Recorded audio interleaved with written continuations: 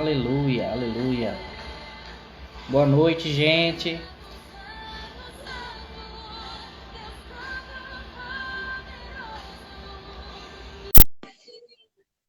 Estou mandando agora para o pastor Antônio, só para o senhor aceitar aí, pastor. Pronto, varão. Aleluia. Chegamos Boa aí, cara. noite. Boa noite, meu irmão. Boa Tudo na noite. rocha? Tudo bom? Deixa eu Graças a Deus. apresentar aqui para o pessoal, o senhor. O pessoal que está aí e não conhece ainda o pastor ele é professor do Rema, ele é da equipe auxiliar do pastor Jaelson, do Verbo da Vida de Parnamirim. Isso E mesmo. professor dessa matéria, que é uma bênção, escatologia. Hoje a gente vai falar de um tema bem apropriado para essa Na época. é isso que a gente está vivendo. É desse jeito. Mas graças a Deus, meu irmão, esse é um tema bastante atual, né? Diante do que a gente tem visto acontecendo no mundo, né? E as pessoas estão se Isso. perguntando se já não estão se cumprindo as profecias.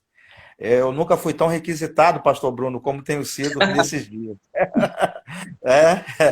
Desde já eu quero dar as boas-vindas aí aos irmãos, não é, que vão participar dessa live. E é muito importante você convidar mais pessoas, não é? Para que mais gente seja Isso. esclarecida. Então, uma boa noite aí para todos. Com certeza será um tempo maravilhoso, esse nosso, não é? É, Maravilha. a gente vai ter esse bate-papo. O senhor vai dar uma explanação nesse assunto, finais dos tempos, né? E Uhum. a gente vai abrir aqui para quem quiser fazer uma pergunta sobre esse tema. E quando a gente tiver a oportunidade, a gente coloca a pergunta e faz uma interação com o público. Amém, amém. Então, o pessoal aí já pode começar a pensar nas perguntas, né? É bom a gente abrir para perguntar sobre o tema escatologia geral, né? Já que as dúvidas sobre esse É, assunto elas são muito grandes, né? é Eu vou verdade. fazer aqui uma exposição. Na verdade, a exposição que eu farei agora é a mesma que eu fiz naqueles 3 vídeos. Vou fazer um resumão aqui daqueles 3 vídeos que eu postei lá no meu canal. Quem me segue lá, viu os vídeos, Pastor Bruno. E também lá no Sim. Facebook. Eu postei os 3 vídeos falando sobre o Covid-19, se o Covid-19 é o sinal da vinda de Cristo ou não. Então eu vou estar aqui fazendo um resumão, basicamente, do primeiro vídeo, tá certo? Que com Certo. certeza está bastante esclarecedor. Então, vou começar a fazer a exposição aqui, pastor, e o senhor pode me interromper a hora que o senhor quiser, beleza? Para fazer Beleza. perguntas, interagir. Então, ou se alguma pessoa fizer a pergunta aí, você pode também estar me interrompendo, porque aí fica mais interativo, não é? Então tá certo. Pode começar então? Eu pedi para o pessoal que já entrou e começar a convidar aí o pessoal que tá online, que é amigo, que tem muita gente que não conhece a palavra, que ainda não aceitou Jesus, mas que esse tema afeta a vida dele, querendo ou não querendo, né? Então, É. vocês que estão aí, convidar a pessoas aí, irmãos de outras igrejas que estejam aí online, para tá assistindo, que vai ser bênção, vai trazer muita clareza para tudo que a gente está vivendo e vai viver daqui até a volta de Jesus, né? É, Com certeza, não é? Esse assunto nos diz respeito e muito. A gente não ficar apavorado, né, meu irmão? é verdade. Deve ter muita gente aí já apavorado, né, pastor? É Eita, verdade. cara, tem muita gente aí Sina- si- apavorada. os sinais da vinda, para nós que estamos em Cristo, é como se estivesse chegando perto da cidade, né? Tá É, chegando o grande momento, a gente tá indo em direção à cidade, tá vendo as placas lá, faltam 60, 30, né? é, Quilômetros para a gente chegar naquela cidade. é verdade. Então Aleluia. vamos seguir aí, não é, com a nossa introdução ao assunto. Eu vou começar aqui com uma pergunta, né? Hum. Essa catástrofe aí do coronavírus já matou 1 milhão de pessoas ou não? Já matou 1 milhão de pessoas? Tem 2 meses aí que esse negócio está rolando, ou 3, né? Desde a Uhum. cidade lá da China que começou a ser afetada, já matou aí pelo menos aí 1 milhão de pessoas. Eu acho que ainda não chegou a esse número, nem perto desse número, não é? Então, por que essa epidemia ela é um sinal, da volta de Jesus e catástrofes maiores do passado não foram? É uma pergunta boa para a gente poder se responder. E as pessoas que estão vivendo hoje na nossa época já estão apontando sinais, porque estão vendo essa catástrofe acontecendo, porque essa catástrofe em si é o sinal da volta de Jesus e as outras não foram. E eu gostaria de citar algumas aqui, para que a gente possa se localizar. Nós tivemos a peste negra, que matou de 1347 até 1351, ali na Idade Média, não é? A Sim. peste negra, pastor, ela matou cerca aí de 20 milhões de pessoas. Imagina aí que é bastante gente, né? Não? 20 milhões de pessoas. Imagina aí que a população do mundo, naquela época, ela não chegava a 1 bilhão de pessoas, não. Não chegava nem perto disso. E matou 20 milhões de pessoas. Você vê que é bem alta, não é? A quantidade de pessoas que morreram com a peste negra. E quem viveu naquela época, será que não estava pensando, que estava vivenciando os dias ali da volta de Jesus? Será que eles se perguntaram quando viram a quantidade de gente morrendo? É uma pergunta boa para a gente se fazer, não é? Será que eles não se perguntaram a mesma coisa? E você vê que já se passaram aí mais de 700 anos e nada aconteceu. Vamos ver outra aqui. Uma outra peste aí que matou muita gente foi a gripe espanhola, que matou de 1917 até 1919. Essa foi a maior peste da história, né, da humanidade. Ela matou de 20 a 40 milhões de pessoas. Imagina aí, de 20 a 40 milhões de pessoas, atingindo então todo mundo. É mais recente. E as pessoas que estavam vivendo naquela época, será que elas não se perguntaram: será que Jesus não está voltando já? Esses não são os sinais? Ó, mais uma evidência aí para a gente poder começar a raciocinar, não é? Mais uma coisa para a gente começar a pensar. Agora, pastor Bruno, eu tenho aqui um evento que aconteceu na história que se assemelha demais com os acontecimentos ali de Mateus 24. Porque quando se fala em sinais dos tempos, todo mundo logo aponta para o texto de Mateus capítulo 24, é ou não é? Ali, o texto escatológico, né? Os textos escatológicos. Ali o discurso de Jesus no Monte das Oliveiras é um texto bastante utilizado pelas pessoas que querem falar sobre os sinais da volta de Jesus. Esse texto, Marcos 13 e Lucas 21, são os textos que as pessoas costumam usar demais, certo? Agora, ali vai falar de guerra, rumores de guerra, fome, peste e terremoto. Nós vemos aí um evento que matou assim muita gente e se assemelha demais, inclusive, com o texto de Mateus, capítulo 24, Lucas 21 e Marcos 13, que fala do discurso de Jesus no Monte das Oliveiras. Qual evento? Que evento foi esse? A Segunda Guerra. A Segunda Guerra Mundial, não é? Ela se assemelha demais com aqueles eventos. Por quê? Ali a gente vê guerra a nível mundial, atingindo o mundo todo, olha. Nós vimos uma figura que se assemelhava demais com o anticristo, porque está, não apenas em Mateus 24, mas em vários profetas do Antigo Testamento, as passagens que falam que o anticristo iria perseguir o povo judeu. Isso aí é uma coisa que já está escrito e já está determinado que vai acontecer, certo? E nós vimos que o Hitler, ele se aparece, na história toda da humanidade, a gente vê que foi o personagem que mais parecia com o anticristo, porque ele resolveu exterminar os judeus, olha.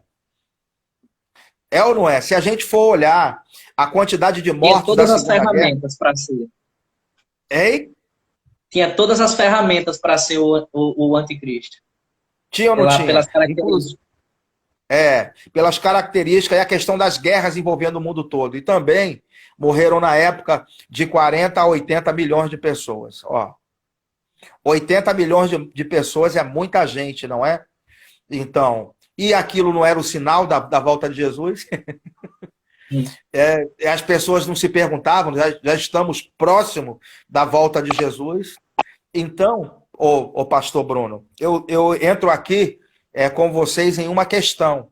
Eu acho, e já tivemos outras epidemias e situações de fome em vários lugares do mundo, e todo mundo sempre diz que o sinal da volta de Jesus já está se mostrando.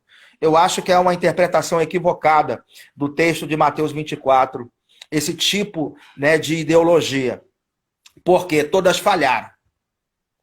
Então, todas essas ideologias, que o que está acontecendo no mundo já é o sinal da volta de Jesus, eu acho que a falha é simplesmente porque não ainda se perguntaram, não vieram a se questionar quando aconteceriam aqueles sinais exatamente. Eu acho que o X da questão está aqui. Quando esses sinais iriam acontecer exatamente? As pessoas não estão ainda interpretando o texto como se deve interpretar. Tu entende? Eu acho que o pecado está aí. Quando esses sinais iriam acontecer, é onde a gente vai começar a expor agora. Quando os sinais iriam acontecer e quem são as pessoas que veriam esses sinais? Nós respondemos essas duas perguntas. A chave para a interpretação, né? A chave é essa. A gente saber quando, porque até agora, se nós olharmos a história, a gente vai ver um monte de epidemia que matou muito mais gente e não era o cumprimento de nada.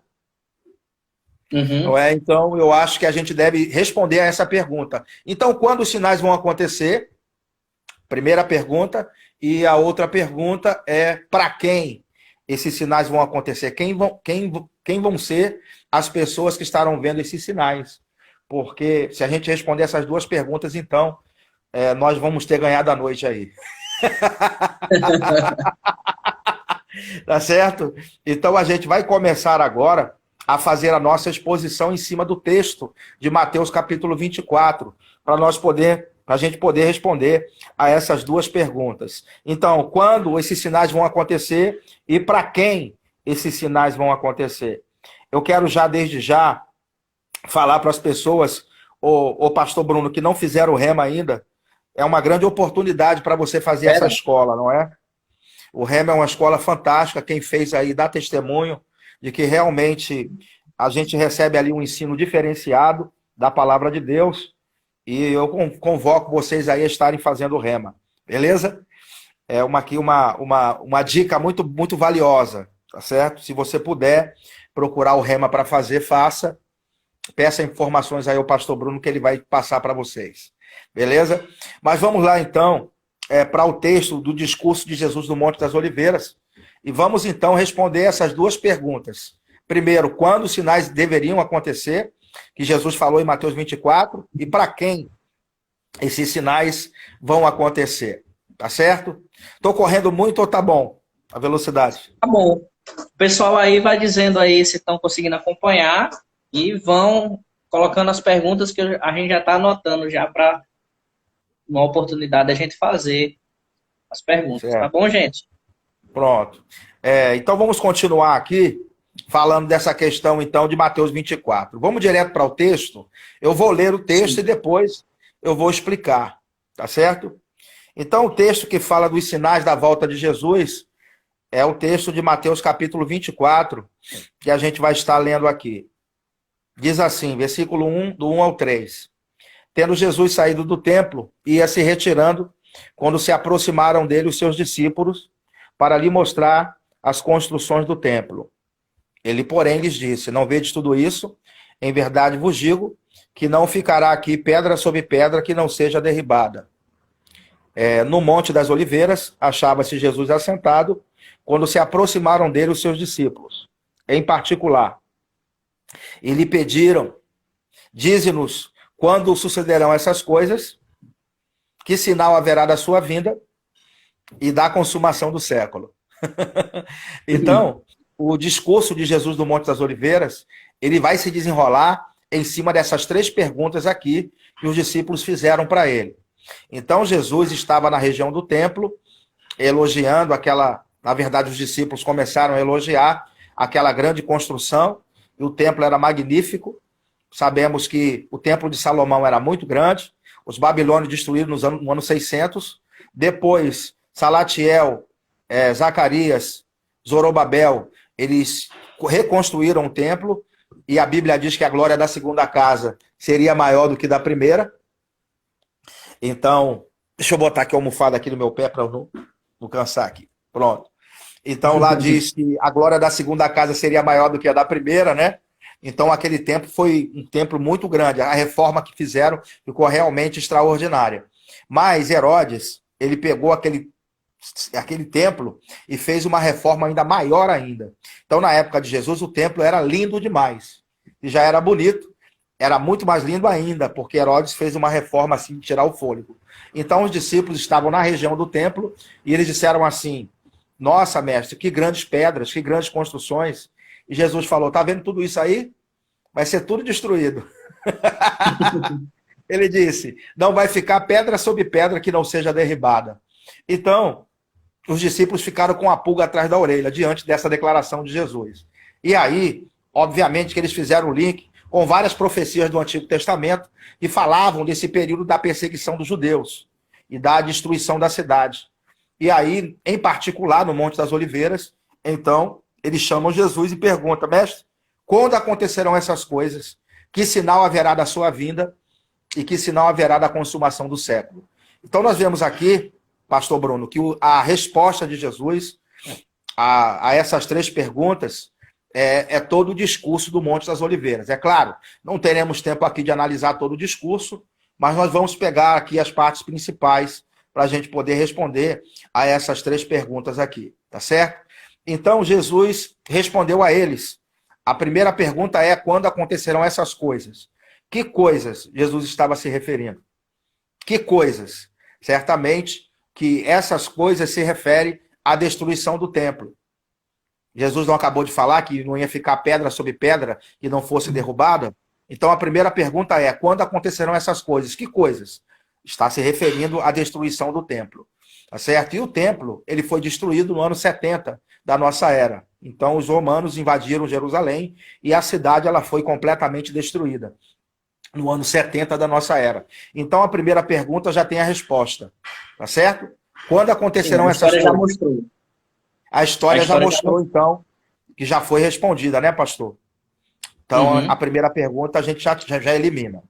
Tá certo? Bom, então a segunda pergunta e a terceira muito nos interessa, porque ela tem muito a ver agora com a questão dos sinais, não é? Porque os discípulos perguntam assim: que sinal haverá da sua vinda? Olha, e que sinal haverá do fim do mundo? Então a gente percebe que houve uma pergunta em cima: que sinal haverá da sua vinda? E depois, que sinal haverá do fim dessa era ou do fim do mundo? Então a gente vai responder essa segunda pergunta aí: que sinal haverá da tua vinda? E desde já, queridos irmãos, eu quero que você preste bastante atenção no que eu vou dizer. Existe uma diferença entre arrebatamento e segunda vinda, certo? Arrebatamento, ele ocorre em secreto e ocorre antes da tribulação. E o arrebatamento, o encontro do Senhor é nos ares, como está escrito lá em 1 Tessalonicenses, capítulo 4, quando fala que nem todos nós dormiremos, mas todos nós seremos transformados, num abrir e fechar de olhos, ante a última trombeta. Aqueles que morreram em Cristo ressuscitarão primeiro, e nós, os vivos, nos encontraremos com eles nos ares. Então estaremos para sempre com o Senhor. Observe que ele diz que o encontro com o Senhor é nos ares. Então, arrebatamento, a igreja, se encontra com Cristo nos ares.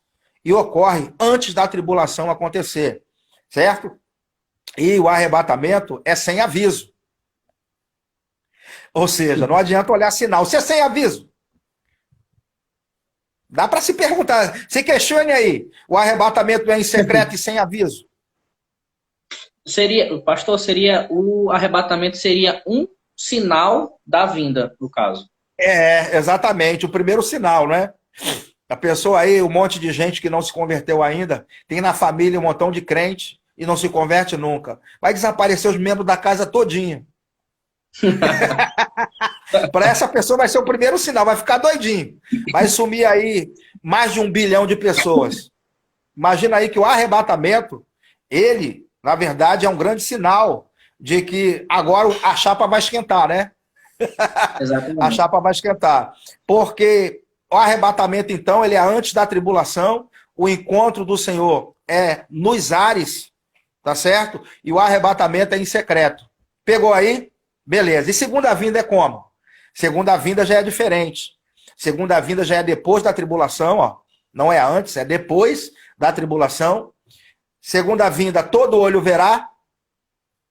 A visão que as pessoas vão estar da terra é o céu se abrindo e Cristo vindo diante dos olhos de todos. Segunda vinda. Cristo volta para reinar e pisa na terra. É diferente. Ó, arrebatamento é antes da tribulação, enquanto nos ares e é em secreto. Segunda vinda, todo olho verá, é depois da tribulação e Cristo pisa na terra para governar. Então, queridos, é importante fazer essa distinção. O que nós vamos... A pergunta dos discípulos é: que sinal haverá da sua vinda e não que sinal haverá do arrebatamento? Até porque eles ainda não tinham uma compreensão de como seria o tempo da igreja, né? Eles só tinham uma ideia de que seria... A igreja aqui ainda não tinha nascido. Pode falar, pastor. Pode falar. Até porque Jesus ainda não tinha morrido e sido crucificado, né? Não tinha passado pelo selo da nova aliança, né? Não tinha sido constituída a nova aliança com o homem. Pronto, exatamente. Ainda não tinha, a igreja não existia ainda. Entende? Então, é importante entender que aqui a pergunta é: que sinal haverá da sua vinda? E não que sinal haverá do arrebatamento. Existe um hino aí que o pessoal canta: os sinais da sua vinda já se mostram cada vez. Tá vendo? Esse hino é bem antigo. E esse cara tá falando que os sinais da vinda se mostram cada vez. Mas tudo fora de contexto. Era alguém que fez a letra, mas não tinha uma formação escatológica. Por isso que é importante estudar a Bíblia. Até para cantar, para você cantar certo. Tá vendo? Então, eu já vou logo adiantando para vocês aí, que os sinais da vinda de Cristo são os próprios eventos da tribulação. E pastor, os sinais da vinda de Jesus são os próprios eventos da tribulação. Então, a tribulação é o grande sinal de que Cristo está voltando para governar. Então, a igreja é arrebatada antes da tribulação acontecer, e os sinais da vinda de Jesus são os próprios eventos da tribulação. E eu vou começar a provar para vocês a partir de agora. Então, queridos, é muito importante entender que o arrebatamento ele acontece antes da tribulação. Certo? Então, esses sinais, que são os eventos da tribulação, não é para a igreja ver, é para quem ficar. Tá certo? Os sinais, que são os próprios eventos da tribulação, é para quem ficar. Não é para a igreja ver, porque a gente vai ser tirado antes. Observe aí, então, que os sinais não é para a gente, é para quem ficar. E eu quero provar para vocês, a partir de agora, que os sinais da volta de Jesus são os próprios eventos da tribulação. Entendeu? Os próprios eventos da tribulação é o sinal da volta de Jesus. Então, quando os eventos da tribulação começarem, obviamente que a igreja não estará mais aqui, será arrebatada antes. Quando os eventos começarem, pode contar 7 anos que Cristo vai voltar para estabelecer o seu reino. O grande problema, quem pastor Bruno... Quem quiser ficar para contar, né? Quem ficar aí para contar como foi, quando voltar você me conta aí como foi. Então o cara vai ficar procurando sinal até o olho da cãibra, pastor Bruno, porque os sinais não são para nós. Aí ele vem buscar a igreja em secreto. Olha só que confusão, né? Porque não entende que vinda ali é Cristo voltando para estabelecer o seu reino. E quando ele fala sobre sinais da vinda, são os próprios eventos da tribulação. Porque quando os sinais começarem a acontecer, já é a própria tribulação. E eu quero te mostrar isso lá, fazendo um paralelo com Mateus 24, com o que Jesus chama de princípio das dores. Tá certo? Com o que ele chama de princípio das dores. Comparando com Apocalipse capítulo 6. E Apocalipse 6 narra o iniciozinho da tribulação, né? E Jesus chama de princípio das dores. E eu queria ler com vocês aqui Mateus 24 e comparar ali com Apocalipse 6. Deixa eu falar uma coisa para vocês. Quando vocês estão dirigindo com seu carro aí na estrada e você vê uma placa assim dizendo homens trabalhando. Você olha aquela placa, aquele cidadão abaixado com a pá, dizendo assim, homens trabalhando a 100 metros. Você vê essa placa. A placa está indicando que dali a 100 metros você vai ver os homens trabalhando. Não é assim, desse jeito? Dali a 100 metros você vai ver os homens trabalhando. Mas a placa foi colocada antes, não é? Então os sinais, eles vão mostrar que dali a tantos anos Cristo vai se manifestar. No caso, se a pessoa estiver no primeiro ano da tribulação, dali a 7, Cristo volta. E à medida que a tribulação vai se desenrolando, os sinais vão ficando cada vez mais fortes, a ponto de se tornarem dores de parto. E no final já vou explicar o que significa dores de parto. Então, os sinais da vinda de Cristo, eles são os eventos da tribulação. Quem estiver vivendo aqui vai ver que alguma coisa está acontecendo no mundo. É um grande sinal de que Cristo está voltando para estabelecer o seu reino. Entenderam bem? Então, os sinais da vinda de Cristo são os eventos da tribulação, que são como se fossem placas indicativas, mostrando que dali a tanto tempo Cristo voltaria para estabelecer o seu reino. Tá certo? E eu quero aqui ler com vocês, então, os sinais que Cristo falou lá em Mateus 24. E depois nós estaremos comparando Mateus 24 com Apocalipse 6, que é o iniciozinho da tribulação. Então vamos ler aqui Mateus 24, do 4 ao 8. E ele lhes respondeu. Se você está com Bíblia aí, acompanha. Tá certo? Mateus capítulo 24, do 4 ao 8. Diz assim, e ele lhes respondeu, vede que ninguém vos engane, porque virão muitos em meu nome dizendo eu sou o Cristo, e enganarão a muitos. Então Cristo falou aqui que um dos sinais é uma enganação. Muitos virão no nome dele dizendo que é o Cristo. Então guarda esse sinal aí. Depois ele vai falar, e certamente ouvireis falar de guerra e rumores de guerra. Vede, não vos assusteis, porque é necessário assim acontecer. Depois ele fala, mas ainda não é o fim, porquanto se levantará nação contra nação, reino contra reino, e haverá fomes e terremotos em vários lugares. Porém, tudo isso é o princípio das dores. Então, Jesus aqui ele fala de guerras, rumores de guerra, fomes, terremotos em vários lugares, e ele fala sobre fome. Então, esses são os sinais da volta de Jesus. E se nós pegarmos esse texto aqui, pastor Bruno, e compararmos com Apocalipse 6, que é o início da tribulação, nós vamos ver que acontece na mesma sequência que Jesus está falando aqui. Então, Jesus ele está narrando aqui aqueles cavaleiros lá do Apocalipse 6. Apocalipse 6, do 6 até o 18, narra os eventos da tribulação. Se você não conhece o livro do Apocalipse, ele está dividido assim. Capítulo 1, introdução do livro. 2 e 3, carta às igrejas da Ásia. Capítulos 4 e 5, mostra a igreja no céu. Tá certo? Capítulos do 6 de Apocalipse até o 18, narra os eventos da tribulação. Então, o capítulo 6 de Apocalipse é o início da tribulação. Beleza? Então, do 6 ao 18, tribulação. Capítulo 19, segunda vinda de Cristo. Beleza? Capítulo 19, segunda vinda. E capítulo 20, fala do milênio. Capítulo 21 e 22, estado eterno. Então, do 6 ao 18, é a tribulação. E o capítulo 6 narra o iniciozinho da tribulação. Eu vou comparar o que Jesus falou em Mateus 24 com Apocalipse 6 para provar para você que os sinais da volta de Jesus são os próprios eventos da tribulação. Beleza? Para você se tranquilizar.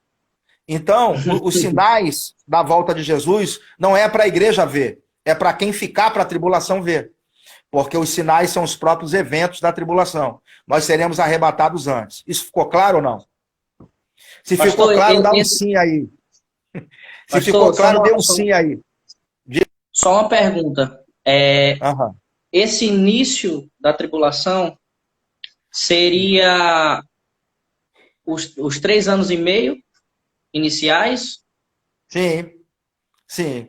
É o iniciozinho da tribulação. É claro que Apocalipse 6 não vai estar narrando todo o início da tribulação. Ela começa no capítulo 6 e vai se desenrolando. Até mais ou menos ali, né, até o capítulo 18 é tribulação. A coisa fica mais quente do capítulo 12 de Apocalipse para lá. E ali é onde o anticristo ele começa mesmo a perseguir a nação de Israel. Os últimos 3 anos e meio são os piores. Entende? Os últimos 3 anos e meio. Mas Apocalipse 6, ele vai narrar o início da tribulação, que Jesus deu um apelido carinhoso. Ele chamou de princípio das dores. Ou seja, o início da tribulação, o iniciozinho das dores. E essa expressão dores de parto a gente vai ver no finalzinho da nossa exposição, beleza? Então, Beleza. se nós vermos aqui os cavaleiros do Apocalipse trazendo o que Jesus falou em Mateus 24, nós vamos então matar a charada de que os sinais da tribulação, de que os sinais da volta de Jesus, perdão, são os próprios eventos da tribulação. Certo? Vamos ver que vai acontecer na mesma sequência que Jesus narrou em Mateus 24. Vamos lá. Deixa eu abrir aqui. Vamos lá. Vamos comparar Mateus 24, do 4 ao 5, com Apocalipse 6, do 1 ao 2. Lembra que Jesus falou que muitos viriam em meu nome dizendo eu sou Cristo? Vamos ver se no início da tribulação vai acontecer de se levantar falsos cristos. Vamos ver? E ele lhe respondeu, vede que ninguém vos engane, porque muitos virão em meu nome, dizendo eu sou o Cristo, e enganarão a muitos. Então, vamos ver aqui, Apocalipse 6, do 1 ao 2. E havendo o cordeiro aberto um dos selos, olhei e ouvi um dos 4 animais, que dizia, como em voz de trovão, vem e vê. E olhei e eis um cavalo branco, ele diz, e o que estava sentado sobre ele tinha um arco, e foi-lhe dado uma coroa, e ele saiu vencendo e para vencer. Então, esse primeiro cavaleiro aqui, vamos ver quem vai acertar. Pastor Bruno não fala, não dá a cola. Vamos ver se você vai acertar aí, está na live com a gente. Quem é esse primeiro cavaleiro aqui que aparece em Apocalipse 6? Aqui diz que ele está montado no cavalo branco, que ele tem uma coroa e saiu vencendo e para vencer. E ele tem um arco sem flechas. Quem é esse cavaleiro aqui? Quem acha que é Jesus, coloca aí Jesus. Quem acha que é o anticristo, coloca aí que é o anticristo. Rapaz, a Alex Virgínio aí, que acabou de entrar, falando com a gente. Pessoal, pode responder aí. Responde aí. Não tenha medo não, seja corajoso. Quem é esse cavaleiro aqui de Apocalipse 6, que sai com uma coroa... Primeiro Jesus aí. Segundo Jesus. Ele sai com uma coroa vencendo e para vencer. Ele está no cavalo branco e tem um arco sem flechas. Quem é esse cavaleiro aí? Será que ele é Jesus? Ou será que ele é o anticristo? Eu vou deixar aí você responder. Não vai ter nenhum corajoso aí que vai... Teve 2 que botou anticristo e teve 2 que botou... 3 que botaram Jesus.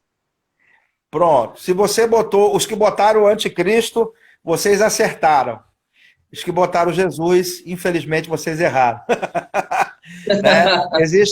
Existe uma confusão grande aí desse cavaleiro com o cavaleiro que vem lá do capítulo 19, né? O do capítulo 19 é Jesus, de Apocalipse. Esse aqui é o anticristo. Por que ele é o anticristo? É muito simples. Primeiro, porque Jesus já é vencedor. E esse aqui, ele saiu vencendo e para vencer. Esse aqui ainda quer vencer. Jesus já é vencedor. Primeiro ponto. Segundo ponto é que ele tem um arco sem flechas, não é? Na primeira fase da tribulação, o anticristo, ele se apresenta como pacificador. Na verdade, ele vem trazendo uma falsa paz. Então, o primeiro cavaleiro que sai aqui é o anticristo. Ele não vem com guerras, ele vem com acordos. Entende? Então, ele é o primeiro cavaleiro que sai. Lembra que Jesus falou em Mateus 24 que muitos viriam em meu nome dizendo eu sou o Cristo? Certamente que muita gente vai pensar que o anticristo é o Cristo. Muita gente vai pensar que o anticristo é o Cristo. Então a gente vê aqui que o primeiro sinal que Jesus falou lá começa a ganhar forma aqui em Apocalipse 6, que está narrando os sinais da vinda de Cristo, que é o iniciozinho da tribulação. Beleza? Vamos continuar. 1-0 aí. Certo? Os sinais já estão se mostrando na tribulação. Aqui o que eu tô lendo aqui se trata da tribulação já. Então significa que esses sinais a gente não vai ver. A igreja é tirada antes da tribulação. Os sinais da vinda de Cristo são os próprios eventos da tribulação. Quem estiver vivendo aqui pode contar 7 anos que Cristo volta. Beleza? Então vamos continuar aqui. Apocalipse 6, do 3 ao 4. Vamos comparar com Mateus 24, do 6 ao 7. Vamos comparar? Jesus falou o seguinte: e certamente ouvireis falar de guerras e rumores de guerra. Vede, não vos assusteis, porque é necessário assim acontecer. Mas ainda não é o fim, porquanto se levantará nação contra nação e reino contra reino. Observe aqui que Jesus falou que haverá guerra, nação contra nação, reino contra reino. Será que o cavaleiro do Apocalipse, o segundo, vai trazer guerra? Será que ele vai trazer guerra? Vamos ler aqui e ver que o segundo cavaleiro, ele traz exatamente isso. Ele traz guerra sobre a terra, cumprindo a sequência de acontecimentos que Jesus falou que iria acontecer, que estão sendo narradas aqui em Apocalipse 6, porque Apocalipse 6 narra o início da tribulação. Vamos ler aqui. E havendo aberto o segundo selo, ouvi o segundo animal dizendo, vem e vê. E saiu outro cavalo, o vermelho, o que estava sentado sobre ele foi dado que tirasse a paz da terra e que se matassem uns aos outros. E foi-lhe dado uma coroa e uma grande espada. Então, observe, e foi-lhe dado uma grande espada. Então, esse segundo cavaleiro aqui, ele traz guerra. E Jesus, no segundo ponto, segundo tópico, né, do seu discurso do Monte das Oliveiras, ele fala sobre guerra. Nação contra nação, reino contra reino. Então, aqui está iniciando a tribulação. Beleza? E Jesus chamou de princípio das dores, se cumprindo em Apocalipse 6, na mesma sequência narrada pelo Cristo. Vamos continuar? Jesus também falou sobre fomes, não falou? Ele falou, e haverá fomes, lá no versículo 7, no finalzinho do versículo 7. Será que o terceiro cavaleiro traz fome? Será que o terceiro cavaleiro do Apocalipse, ele traz fome sobre a terra? Vamos ver aqui. Apocalipse 6, versículo do 5 ao 6, diz, e havendo aberto o terceiro selo, ouvi dizer o terceiro animal, vem e vê, e olhei e eis um cavalo preto. A coisa tá preta, né? A coisa tá preta. E o que sobre ele estava sentado tinha uma balança em sua mão. E ouvi uma voz do meio dos quatro animais que dizia, uma medida de trigo por 1 denário e 3 medidas de cevada por 1 denário, e não danifiques o azeite e o vinho. Então, esse terceiro cavaleiro aqui, ele traz fome, ele traz carestia de alimento. Então, um punhado de trigo vai valer muito durante o período da tribulação, porque a fome na terra será grande. Então, aqui a gente vê, na mesma sequência que Jesus narrou, o princípio das dores, está se cumprindo em Apocalipse 6, nos eventos da tribulação. Então, os sinais da vinda de Cristo estão dentro da tribulação. Eles não são sinais para a igreja ver. Vamos continuar? E o outro cavaleiro, agora, ele traz um misto do que os outros cavaleiros trouxeram. Se formos ler, Mateus 24, 7, vai dizer, porquanto levantará nação contra nação, reino contra reino, e haverá fomes, terremotos em vários lugares. Aí a gente vai ver na sequência aqui agora, e esse quarto cavaleiro aqui, ele traz um misto do que os outros trouxeram. Vamos ver aqui, e havendo aberto o quarto selo, ouvi a voz do quarto animal que dizia, vem ver.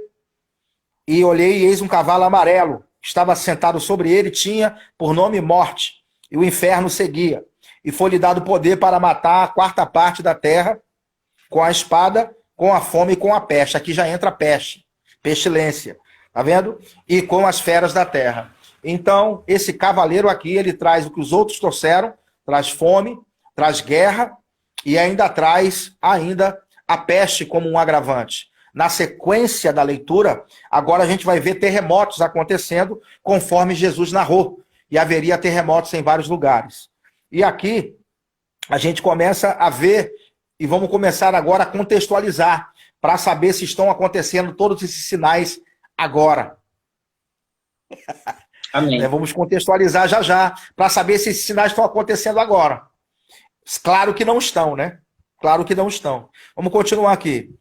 Ele vai falar, e havendo aberto o sexto selo, olheis e eis que houve um grande terremoto, e o sol tornou-se negro como saco de silício, e a lua tornou-se como sangue, e as estrelas do céu caíram sobre a terra, como quando a figueira lança de si os seus figos verdes, abalada por um vento forte. Deixa eu dizer uma coisa para você aqui, talvez você vá até agora ficar abalado com o que eu vou te dizer, mas Deus sabe dar um sinal, hein? Vou fazer um silêncio para você poder refletir no que eu disse. Deus sabe enviar um sinal.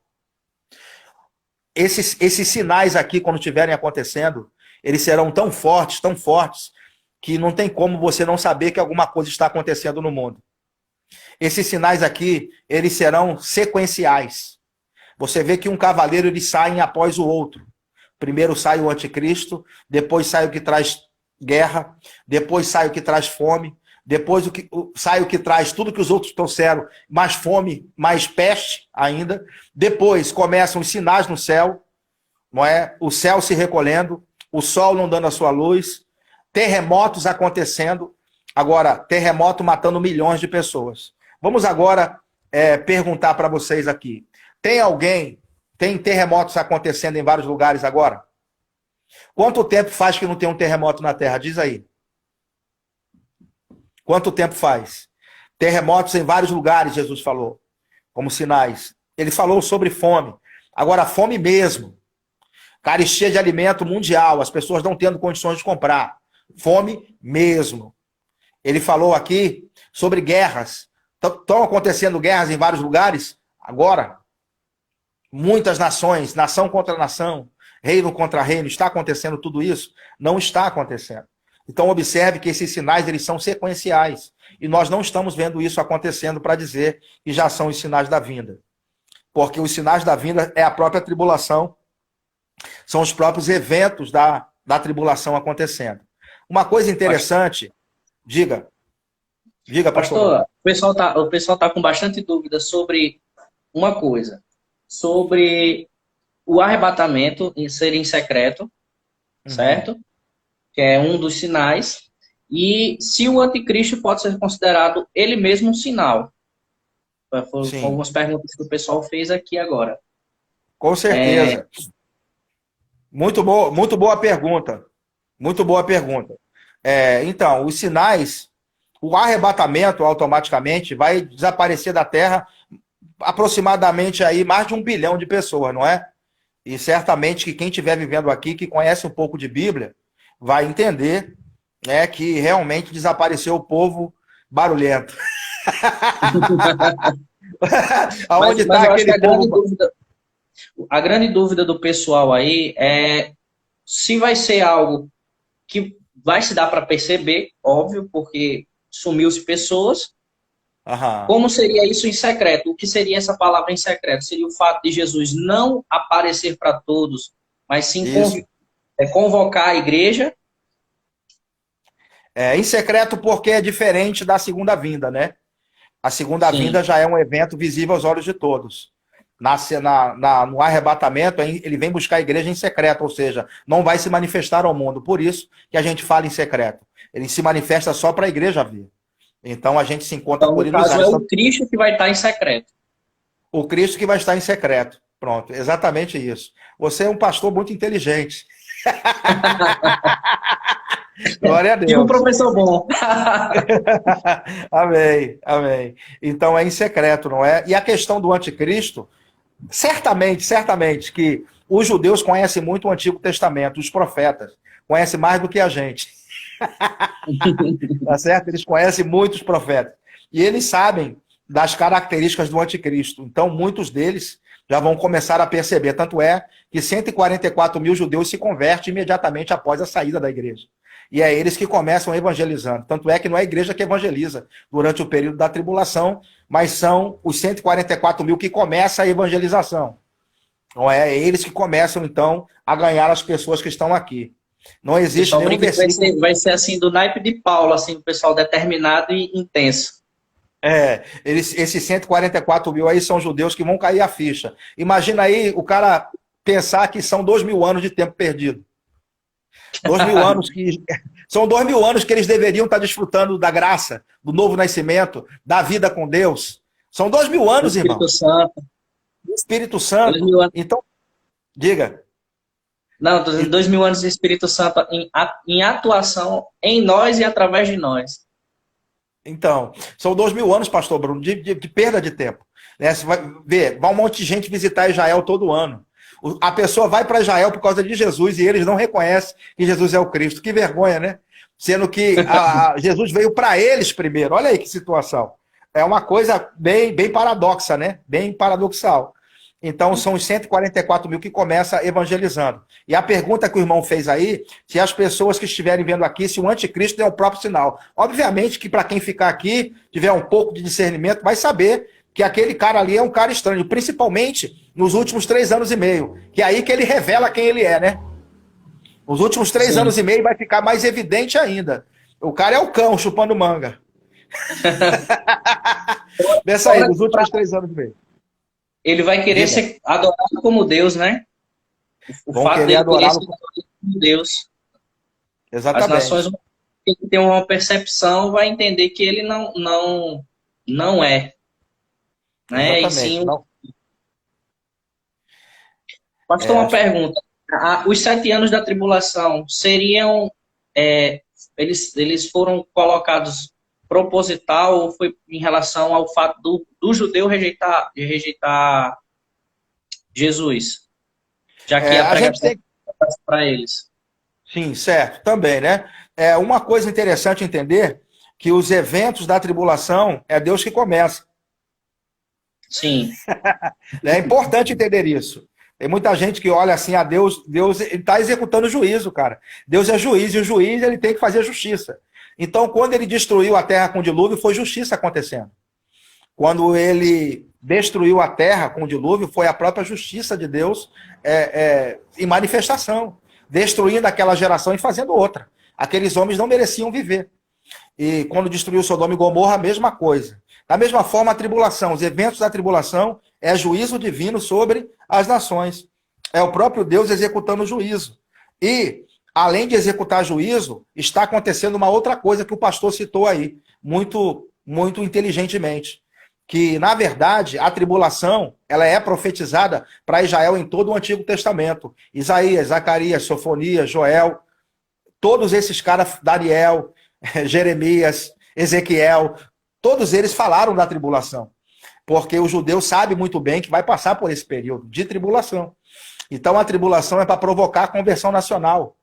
Como Zacarias fala no capítulo 14, que todo Israel será salvo. E Paulo parafraseia isso lá em Romanos 11, quando ele fala: de Sião virá o libertador e todo Israel será salvo. Então, a tribulação, na verdade, é para amolecer o coração endurecido do judeu. Só mesmo a tribulação e o anticristo para abrir o coração deles, para que se cumpram as promessas. Deus prometeu a eles um rei, Deus prometeu uma terra, Deus prometeu a Abraão tomar posse da terra. O próprio Abraão vai ressuscitar e tomar posse da terra. Ele nunca tomou posse daquela terra de Canaã, nunca pisou ali. E Deus disse a ele: darei a ti e a tua descendência. Então ele precisa ressuscitar para tomar posse da terra no reino do Messias. Então a mensagem do reino, infelizmente, não é muito pregada nas nossas igrejas. A gente só prega uma parte, que é a salvação em Cristo. Mas, cara, tem muita água para passar embaixo da ponte. O ministério de Jesus tem 2 fases. A salvação que ele veio trazer e também o reino. Falta o reino se manifestar. Cadê o reino? A pergunta que os discípulos fizeram para Jesus, a última pergunta. Quem lembra aí? A última pergunta. Os discípulos perguntaram: é neste tempo? Bota aí a última pergunta que os discípulos fizeram lá de Mateus 24. Não, de Mateus 24 não, pastor. A última pergunta em Atos capítulo 1, versículo, se eu não me engano, 5. Sim, de Atos. Não sei se é o 5 ou 8. Que eles perguntam assim. Diga. De Atos 1. Então, após os 40 dias de treinamento que Jesus fez com os discípulos fazem uma pergunta. Está lá em Atos 1. Vão lá procurando aí, vocês. Abre a Bíblia. Qual é a última pergunta? E qual é a última pergunta? Quem pode citar aí? Ele faz uma pergunta, é sobre o reino. Vou dar uma pista aqui. Ele fala sobre o reino. Os discípulos pergunta para Jesus sobre o reino. É neste tempo que restauras o reino a Israel? Lembra dessa pergunta? Então, a pergunta é sobre o reino. Porque o reino precisa se manifestar. Então, essa foi a última pergunta, porque eles eram interessados no reino. A gente não fala sobre o reino, a gente fala sobre que vamos viver para sempre no céu, equivocadamente. Não é equivocadamente, a gente volta com Jesus, tá certo? Para reinar com ele. Cristo reina na terra por 1000 anos, o que a gente chama de milênio. Ok? Bom, então eu vou continuar aqui, eu já tive que responder para a gente ganhar tempo. Eu vou continuar aqui o meu pensamento. Então, os eventos da tribulação são terremotos, fomes, pestes, guerras. Pergunto para os irmãos se isso já está acontecendo. Os sinais da vinda de Cristo já estão acontecendo assim, numa escala grande. Estão morrendo milhões de pessoas por dia. E por último aqui, lá no finalzinho de Apocalipse 6, as pessoas estão se escondendo nas cavernas. Os poderosos, os ricos, os escravos, os comandantes, eles estão se escondendo na caverna. Pergunto, tem alguém se escondendo nas cavernas para você dizer que são os sinais que estão acontecendo? Observe, então, que os sinais têm um tempo para acontecer. Quando foi a pergunta que a gente fez? Então, quando os sinais da vinda de Cristo vão acontecer? Quando? Durante o período da tribulação. Beleza? A resposta é essa. Os sinais da vinda de Cristo não é isso que está acontecendo aí. São os próprios eventos da tribulação, que são os próprios sinais da volta de Jesus. Quem estiver vivendo aqui vai saber. Pode contar 7 anos, Cristo vai voltar. Então a primeira pergunta está respondida. Que sinal haverá da sua vinda? Guerra, fome, peste, terremoto e tudo mais. São os próprios eventos da tribulação que são esses sinais. Então não é para a igreja participar. A igreja é tirada antes. E aí a tribulação começa. Esses sinais é para quem estiver vivendo aqui. Ficaram com dúvida ou não? Deu para entender? Deu para entender aí? Ficaram com dúvida? Cheio de perguntas que disseram aqui, eu não tô conseguindo acompanhar. Certo. Eu pergunto, se deu para entender agora essa questão que o sinal da vinda de Cristo, os sinais da vinda de Cristo são os próprios eventos da tribulação. Então, esses sinais não são para nós vermos. Esses sinais são para quem ficar aqui ver. A igreja é tirada antes da tribulação. Só recapitulando. A irmã Carla colocou aqui uma pergunta. Esses 144 mil já estarão em Israel e irão se despertar ou eles já são pessoas convertidas a Cristo e não subiu porque tem essa missão de pregar nesse período? Pronto, é muito pertinente a pergunta dela. Isso não é claro para nós, né? Não existe aqui nenhum tipo de versículo que possa comprovar que eles já são convertidos. É que eles aparecem já convertidos no capítulo 7. Então a gente não sabe. Ali diz que eles são selados. Eu creio que eles se convertem imediatamente após a saída da igreja. Até porque a igreja e Israel nunca coexistiram no mesmo plano profético. Quando o reino foi apresentado para os judeus, a igreja não existia, tá certo? Eles disseram não. E porque eles disseram não, então a igreja surgiu. A igreja ficou no plano profético. Quando a igreja sair, Deus volta a tratar com os judeus de novo. Então eu creio que os 144 mil eles se convertem logo após a saída da igreja. Essa é a minha crença, porque eles são selados ali. A Bíblia fala que são selados 144 mil. E eu creio que é durante o período da tribulação. Na verdade, essas pessoas já vão começar a discernir, olhando para as profecias, o cumprimento delas. Por isso que elas vão se converter. E por que Deus está selando 144 mil judeus? Porque nós não temos condições de ganhar os judeus. Eu vou repetir de novo. Nós não temos condições de ganhar os judeus porque não conhecemos as profecias tão bem como eles conhecem. Nós pregamos a salvação em Cristo, os benefícios da aliança que nós temos, mas nós não pregamos as profecias. Ninguém fala sobre o reino que vai ser implantado, ninguém fala. Ninguém tem essa expectativa do reino na terra. Da igreja não, poucos têm, né? Digo ninguém no sentido generalizado. Mas esses 144 mil são especialistas nas profecias para ganhar os judeus, porque é intento de Deus ganhar os judeus. Ele envia 2 testemunhas ali no capítulo 11 de Apocalipse para pregar em Jerusalém, justamente porque é desejo de Deus ganhar os judeus, ok? É desejo deles ganhar o judeu. Beleza? Então aqui vamos continuar, pastor. Então quando os sinais vão acontecer? Desculpa interromper novamente. Deixa eu finalizar aqui essa parte, aí eu vou responder a sua pergunta. Então, quando os sinais vão acontecer, recapitulando, quando os sinais da vinda vão acontecer? os discípulos perguntaram: que sinal haverá da tua vinda? Então, quando esses sinais vão acontecer? Os sinais irão acontecer durante a tribulação. Então, os próprios eventos da tribulação são os sinais da vinda de Cristo. Ficou claro isso para os irmãos? A pergunta quando? Ficou claro? Amém. Beleza, então amém. Pessoal, então, eles entenderam a resposta da pergunta. Entenderam? Pronto, beleza. Então pode perguntar aí, pastor, a pergunta que o senhor ia fazer. Um irmão aqui, o nome dele é Alex Virgílio. Ele pergunta: e a respeito dos que dormem? A respeito do que estão mortos, né?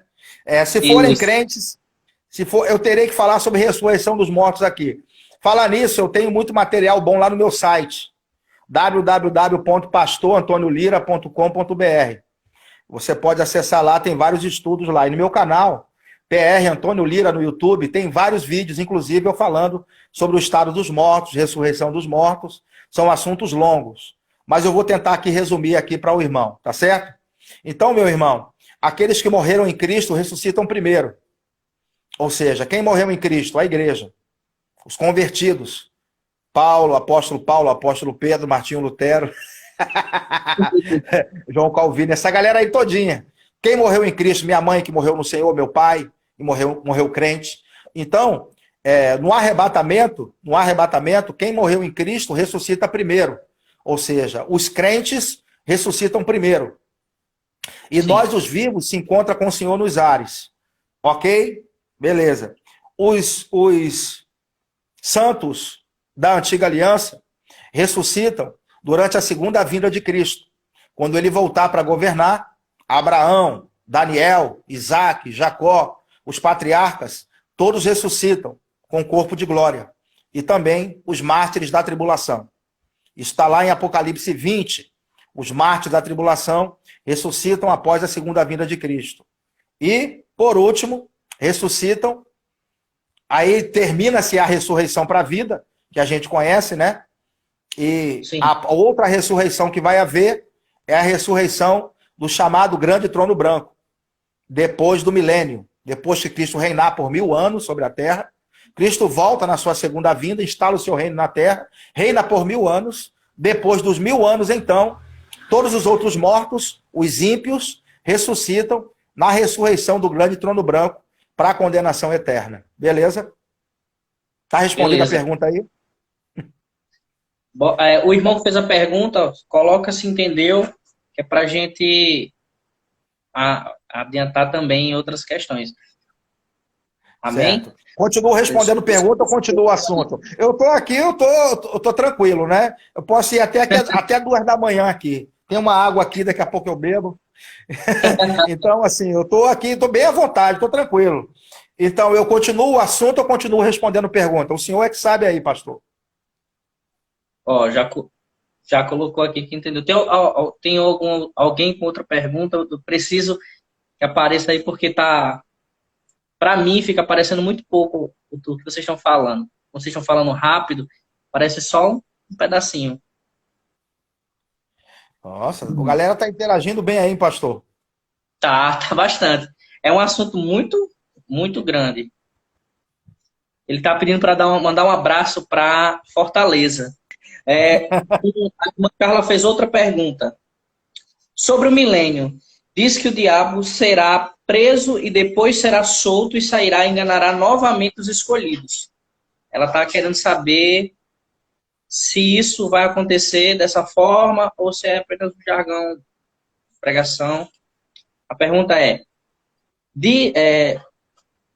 o diabo será preso e depois será solto e sairá e enganará novamente os escolhidos?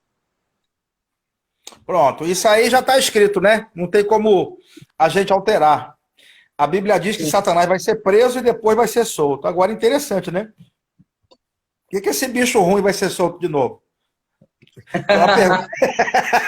Bicho é ruim que só o cachorro, né, cara? Por que Satanás vai ser solto depois do milênio? Boa pergunta, né? Agora, imagina aí que a gente, quando voltar com Jesus, volta com o corpo de glória, certo? Junto com ele. Os crentes da Sim. antiga aliança com o corpo de glória, junto com ele. Agora eu vou dar uma volta, hein, cara, para responder essa irmã. Mas vamos lá. Mas vamos lá. Então, todo mundo que volta, a gente volta com Jesus à igreja com o corpo de glória. Então, quando Jesus voltar, o santo da antiga aliança e os mártires da tribulação ressuscitam com o corpo de glória. Até aqui tudo bem? Beleza.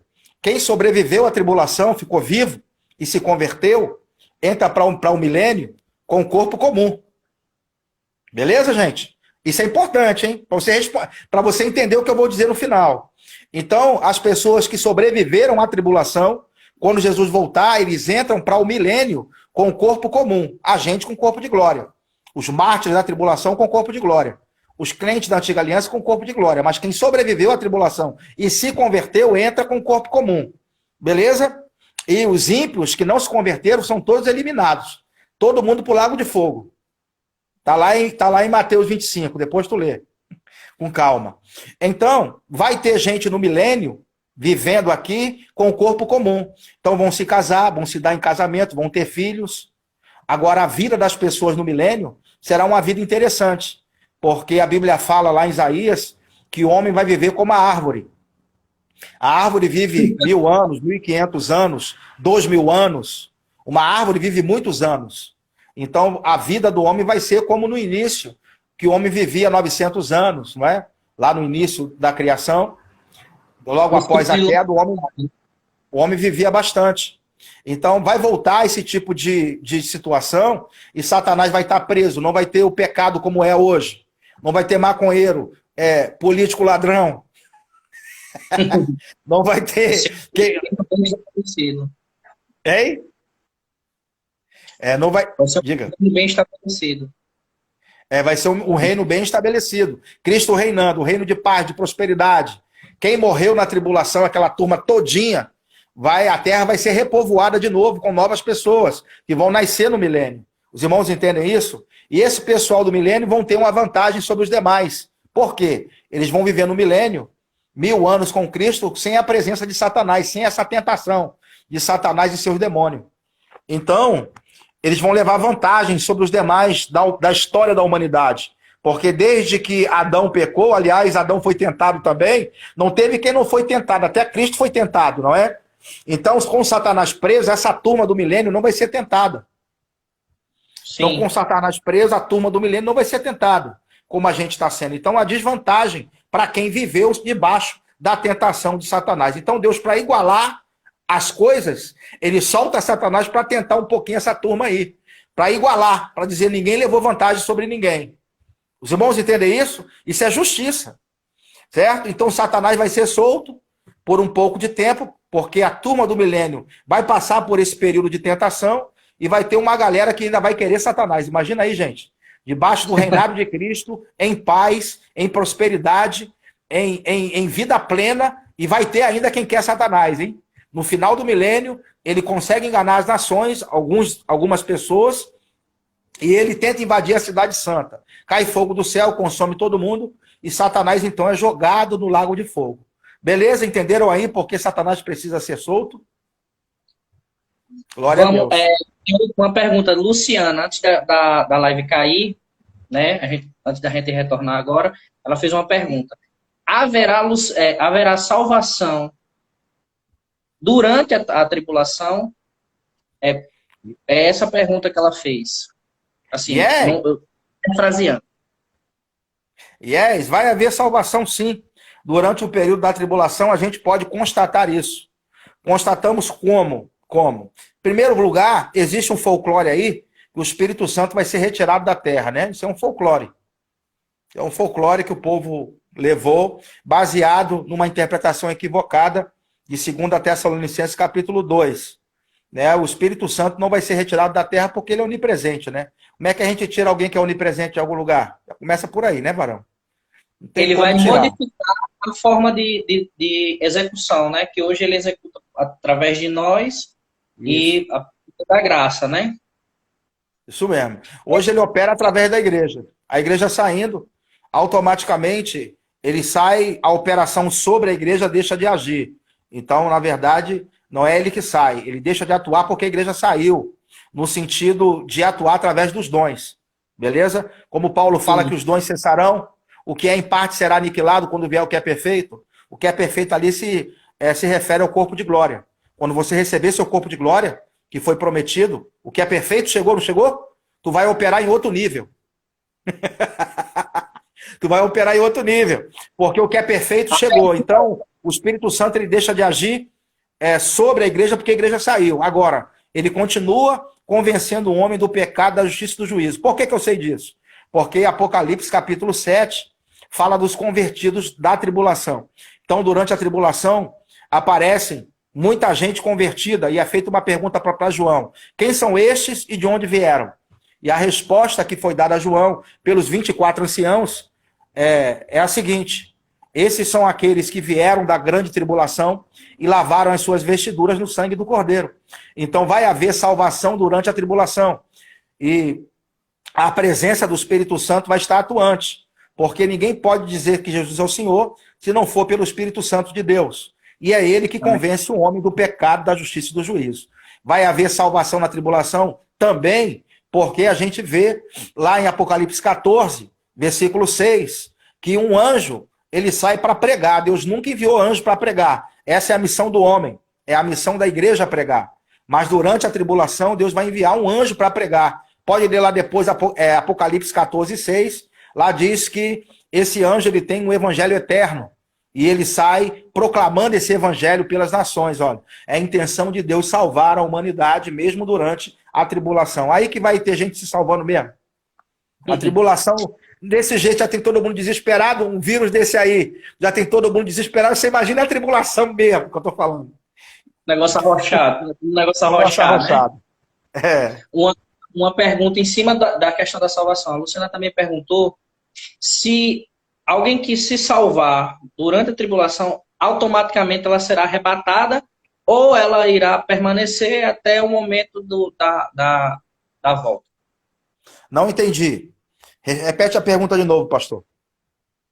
Ela quer saber se durante a tribulação, uma pessoa que está lá na tribulação, ela começou a pregar para outra, e aquela pessoa que estava ouvindo aceitou. Se ela vai ser arrebatada. Não. Aí quem se converter durante a tribulação vai passar pela tribulação. Inclusive, vai ser o anticristo vai querer que coloque a marca da besta, né? Aí ela vai escolher. Se ela botar a marca, perde. Perde sua salvação se botar a marca, né? Porque partiu para o lado do anticristo. Aí, não colocar a marca, no caso, é demonstrar fidelidade para com Deus.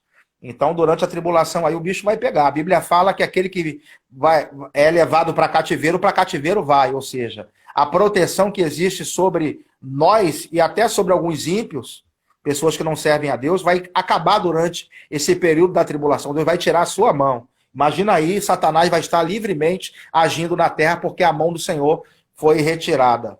Boa sorte para quem ficar aí.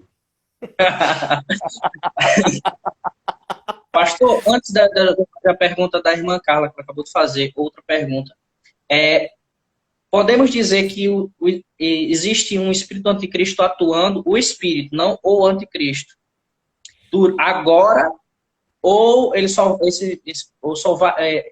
vai haver atuação quando o anticristo se revelar? A Bíblia fala do espírito do anticristo. Certo. Um abraço aí para o pastor Júnior Varela. Tô vendo o varão aqui, ó. Ei, pastor Júnior, um abração, cara. Amo sua vida. Pronto, cara. O espírito do anticristo já está no mundo. Isso é inegável, né? João já falou isso há 2000 anos atrás. E esse espírito do anticristo que está no mundo é o espírito de engano.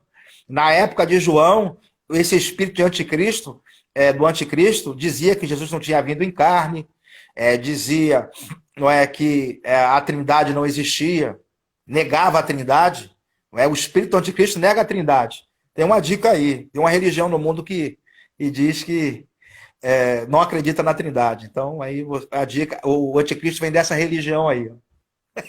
Não é o assunto aí, pode ser até para a próxima live. Não é o assunto, mas o espírito do anticristo já está no mundo, segundo aí os irmãos perguntaram. Já está em operação, né? Agora vai ser o próprio anticristo operando na tribulação, não apenas através do engano, mas através de sinais e prodígios de mentira. Ó. Vai enganar até os escolhidos aí. A pergunta da irmã Carla agora. É verdade que a morte fugirá das pessoas nesse período da tribulação? Sim, tem uma parte ali em Apocalipse que diz, não é?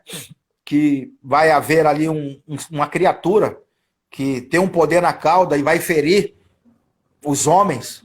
E a Bíblia fala que a morte vai fugir dos homens por 5 meses. Eu creio nisso, sim. Vai haver aí uma situação em que a morte não vai estar operando. E imagina aí a pessoa querendo se matar sem conseguir. Sentindo dor, porque as dores vão ser tão intensas, as dores vão ser tão intensas que a pessoa vai querer se matar, mas não vai ter essa chance, que a morte vai fugir. Boa sorte aí para quem ficar. Amém. Amém. Luciana, eu não entendi bem como a pergunta que você quer saber. Você pode fazer novamente, refazer a pergunta, só para mim entender, para poder fazer uma pergunta para o pastor. Se o cristão não vai para o céu sem uma vida de santidade, não vai ser arrebatado, no caso. Eu entendo que seja dessa forma, né? É porque a gente está falando desse período. Boa pergunta, né? Agora, o que é essa vida de santidade que ela está querendo dizer? Essa vida de santidade é o cara que não comete nenhum tipo de pecado, nenhum nada, zero, zerinho. Certamente que nós não somos perfeitos, né? Caminhamos para uma perfeição. Então, a gente ainda erra. O que garante o nosso acesso ao céu é o sangue de Jesus, a fé nele. Nós nos santificamos porque isso é algo inerente à nossa natureza. A gente não consegue viver no pecado. Quem se converteu mesmo não consegue viver na prática do pecado, meu irmão. A pessoa que está na prática, do pecado, praticando o pecado, praticando imoralidade, não está dando fruto de novo nascimento. Porque quem se converteu sente nojo do pecado, aversão ao pecado. Pode ter um momento de fraqueza, tropeçar, mas a Bíblia fala que prática do pecado é diferente, né? Aqueles que praticam a iniquidade ficarão fora. Praticar é a pessoa que faz sempre, todo dia, toda hora, está pecando direto. Se eu pescar de vez em quando, não faz de mim um pescador. Se eu jogar bola de vez em quando, não faz de mim um jogador. Tá certo? Então, se eu pecar de vez em quando, por acidente de percurso, não faz de mim um pecador. Eu ainda estou nesse corpo. E ainda tenho que lutar contra o pecado, como o autor dos Hebreus fala. Contra o pecado ainda não combatestes até o sangue. Então, a gente precisa dizer não ao pecado sempre. Agora, o que garante o nosso acesso ao céu é o sangue de Jesus. Já pensou? O cara acabou de pecar, agora Jesus voltou, ele falou, vou ficar. Já pensou? O cara acabou de pecar aqui agora, viveu uma vida inteira retinha. Acabou de pecar, deu azar, e Jesus voltou, ele ficou. Porque ele tropeçou ali. Entende? O que garante acesso é a graça, é a salvação. A minha santificação é resultado dessa vida que eu tenho com Deus. Eu não consigo viver na prática do pecado, entende? Porque eu tenho a natureza divina. Pecar é ruim para o crente, ele se arrepende, ele sente aquela dor terrível, não é? Dói lá no fundo quando o cara peca. Antigamente, quando a gente estava no mundo, a gente pecava, nem sentia nada. Pecava era a mesma coisa que nada, não tinha natureza divina. Pecava era a mesma coisa que nada. Agora, quando a gente peca, dá aquela dor no peito, aquela dor na consciência. É terrível. É horrível pecar. A gente não consegue, porque a gente nasceu de Deus. Isso é sinal que a gente é salvo. Se Jesus voltar, está garantida a tua subida. Interessante que essa pergunta se encaixa muito na questão se alguém pode perder a salvação ou não, né? Aquela, já seria bem para a questão da predestinação fatalista. Meu irmão, aí deveria ser até uma outra live, né, pastor? Aí deveria até uma outra live. Eu vou fazer o seguinte com você. Você que fez essa pergunta para mim. Você vai lá no meu site, www.pastorantonolira.com.br, tem um artigo lá, é possível perder a salvação? Leia ele todinho e você vai ter a resposta. Porque se eu começar a responder aqui sobre isso, deve ficar alguma lacuna, alguma dúvida, e eu não quero deixar nenhum tipo de lacuna nem dúvida, não. Tá certo? Tem esse artigo lá no site, você pode ir lá e você vai ser abençoado. Amém. Não fica chateado comigo não, mas a gente vai sair da live. Com certeza, se eu responder essa pergunta aí. Eu não consigo deixar lacuna. Se eu for responder alguma coisa, tem que ser plena. Beleza? Mas eu digo que é possível perder a salvação. Pronto, eu só digo isso. Tá certo? É possível perder a salvação. Detalhes, versículos e capítulos. Existem alguns casos que a pessoa perde a salvação. Agora eu ia dar muita volta para responder a você e ia sair do assunto completamente. Por isso, dê um pulinho lá no meu site, www.pastorantoniolira.com.br. Leia o artigo É Possível Perder a Salvação e vai te dar todo o esclarecimento possível. Amém. Beleza? A irmã Carla perguntou sobre qual seria o versículo e o capítulo aonde fala sobre que a morte fugirá dos homens. Seria ela, eu abri aqui rapidamente, eu não ligo pro Eu não contexto. sei se é o 8 ou o 9. Eu sei que é do 8 para lá. Na Bíblia online aqui, tem dizendo aqui, não sei se é esse versículo que o senhor citou. E naqueles dias os homens buscarão a morte e não a acharão. E desejarão a morte e a morte fugirá deles. Apocalipse 9:6. É o 9, viu? Pronto, é esse texto mesmo. É esse texto aí mesmo. O senhor já até me ajudou aí, glória a Deus. Pronto, Apocalipse 9:6. Então, continuando aqui o nosso assunto, ainda temos a última pergunta, né? A última pergunta que os discípulos fizeram para Jesus. Que sinal haverá da tua vinda? São os eventos da tribulação. E depois ele fez uma última pergunta. E sobre o fim do mundo? Que sinal haverá do fim do mundo? Não foi? A última pergunta. E a palavra grega para fim ali é a palavra suntélia. E a palavra suntélia, ela significa terminar algo que se começou. Então, não foi Deus que começou o início da tribulação? Desatando os selos? O próprio Jesus que começou? Então precisa terminar, não precisa? Existe, então, outro sinal que é um sinal maior. E que sinal é esse? Esse é o sinal do final da tribulação. Do final dessa era e o início de uma outra era. E para isso é importante entender que o judeu acreditava em duas eras. Certo? Em duas eras. A era presente e a era vindoura. Você vai ler na Bíblia sempre. Não vos conformeis com este século, ou presente século. Falando desse século presente que é mau, que é ruim. Para o judeu havia o século presente, que é governado por Satanás e seus demônios. Um século ruim, onde há maldade, onde há pecado, onde existe injustiça. Esse século, ou essa era, tanto faz, a palavra para século na Bíblia, ou era, é aion, que significa sistema do mundo, ou pode significar o cosmos, ou o próprio mundo, o universo em si, mas nesse contexto, aion é esse século, ou seja, esse sistema do mundo. O judeu acreditava que esse sistema do mundo deveria terminar, acabar, e ele iria acabar, entenda bem, e iria vir um outro século, ou uma outra era. A Bíblia fala sobre os séculos vindouros, ou a era vindoura. A Bíblia fala que nós experimentamos os poderes do mundo vindouro, ou seja, vai haver uma era vindoura. E essa era aqui, para o judeu, deveria acabar, e chegaria um dia em que chegaria uma nova era, uma era de paz, de prosperidade sob o governo do Messias. O judeu acreditava assim. Esse tipo de doutrina, ele é muito inserido no Antigo Testamento. Então o judeu acreditava que essa era deveria terminar e chegar uma era nova de paz e de prosperidade. Agora, para essa era ir embora, tem um detalhe importante. Para essa era má, ruim, ir embora, só mesmo a intervenção divina. Para o judeu, o homem não tinha condição de transformar esse sistema, esse mundo. Só mesmo a intervenção divina. Então Deus deveria intervir nos acontecimentos da humanidade para que pudesse, então, dar início a essa nova era. E a tribulação é a intervenção divina.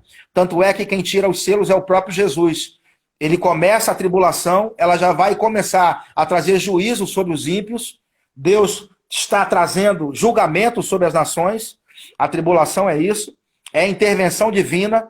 Ele permite a operação do anticristo. Ele permite a atuação de Satanás, porque os homens serão julgados através também das catástrofes naturais e tudo que vai existir de ruim durante esses 7 anos. Então, esse intervalo de tempo que nós chamamos sobre tribulação, que nós conhecemos como tribulação, é o intervalo que o judeu acreditava. porque entre essa era e outra haveria um intervalo de tempo, que nós conhecemos como tribulação, certo? Esse intervalo de tempo seria um tempo de 7 anos, onde a humanidade iria experimentar o pior momento da sua história. Então o judeu acreditava que essa era má, esse presente século ruim iria acabar e iria vir uma era nova de paz e prosperidade sob o governo do Messias. Para essa era ir embora, a humanidade iria experimentar um período de tribulação, que nós conhecemos como tribulação, não é? Esse intervalo de tempo de 7 anos. Os irmãos estão entendendo bem? Aí sim, no final desse período, Deus iria intervir de forma definitiva e iria começar então a nova era, o novo tempo. E o que Jesus está perguntando, o que os discípulos estão perguntando, é sobre esse sinal. Ele está perguntando que sinal haverá do fim dessa era, do fim desse mundo. Então existem os sinais da vinda de Cristo, que são os eventos da tribulação. Quem estiver vivendo aqui vai estar vendo os sinais acontecendo, então vai ver que alguma coisa está acontecendo no mundo, e existe o sinal, no singular. Esse sinal, esse grande sinal que Jesus falou, é a sua segunda vinda. Então ele falou que o sinal do final dessa era, ou do fim do mundo, que é a última pergunta, é a própria vinda de Jesus. E ela acontece. Lá em Mateus 24, Jesus vai falar desse sinal. Eu vou ler aqui para os irmãos. Deixa eu ler aqui. Ele vai falar sobre esse sinal. Só um instante aqui que eu vou abrir o texto.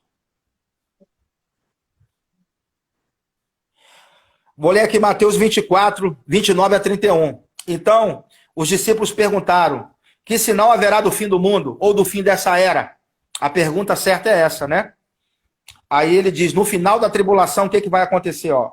E logo depois da aflição ou da tribulação daqueles dias, ou seja, esse sinal do final desse mundo é depois da tribulação. Ó. Ele diz: o sol escurecerá, a lua não dará a sua luz e as estrelas cairão do céu e as potências do céu serão abaladas. Então aparecerá no céu o sinal. Observe que ele fala no singular, o sinal do Filho do Homem. Isso aqui é a última pergunta. Que sinal haverá do final dessa era, do final desse século e o início de uma nova era? Ele está dizendo a vinda dele. Ele fala: aparecerá no céu o sinal do Filho do Homem e todas as tribos da terra se lamentarão e verão o Filho do Homem vindo sobre as nuvens do céu com poder e grande glória. Ele enviará os seus anjos com um rijo canglor de trombeta, os quais ajuntarão os seus escolhidos desde os 4 ventos de uma a outra extremidade dos céus. Então Jesus, quando vier na sua segunda vinda, esse é o grande sinal. Imagine aí no final da tribulação, o mundo precisando de socorro, de uma resposta, o céu se abre e Cristo volta diante dos olhos de todo mundo. Então todo olho verá esse grande sinal. Quando Jesus vier na sua segunda vinda, esse é o grande sinal do final dessa era, ou seja, dessa era de pecado, governada por Satanás. Jesus destrói o anticristo, destrói todo o poder temporal, não é? Todos os inimigos serão mortos. Pode ler Apocalipse 19. Ele destrói com a palavra que sai da boca dele. Ó. Então ele termina com esse sistema pecaminoso e inaugura uma era de paz e de prosperidade sob o seu governo. A Bíblia fala que ele vai reger as nações com vara de ferro. Então Satanás vai ser preso e Cristo governa por 1000 anos. A última pergunta dos discípulos está respondida. Que sinal haverá que sinal haverá da sua vinda, que são os eventos da tribulação, e que sinal haverá do fim dessa era? É justamente a segunda vinda de Cristo, quando ele vem para governar e todo olho verá. Quando ele pisar na terra, então ele vai estabelecer o seu reino. Termina-se essa era pecaminosa, e inicia-se então uma era de paz e de prosperidade sob o governo do Messias. Tá certo? Um abraço aí para o André, fotógrafo, tá sempre acompanhando as nossas lives. André é um caçador aí de conhecimento, rapaz. André, ele tá em toda parte. Esse homem me acha em tudo quanto é live aí. Tá ele aí de novo. Um abraço, André, para você e para tua família, cara. Deus te abençoe, meu irmão, grandemente. Beleza aí? A última pergunta, então, está respondida. Amém. E aí, mais perguntas? Como é que tá as perguntas? O pessoal aqui tá me ajudando aí. Deixa eu perguntar aqui aos meus ajudantes aqui.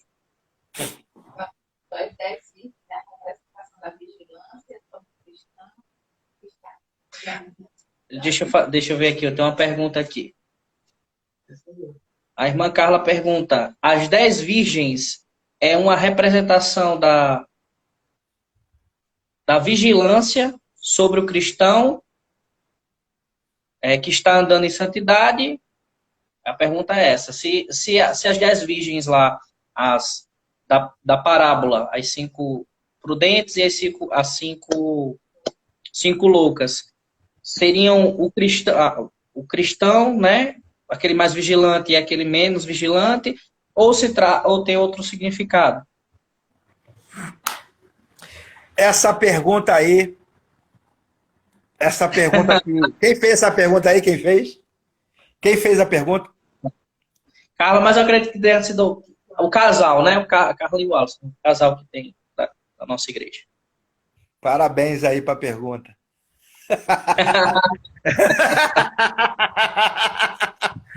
Rapaz, essa pergunta é muito boa e oportuna. Ela é muito oportuna. Agora, a gente vai quebrar aqui uma vaca sagrada do tamanho do mundo.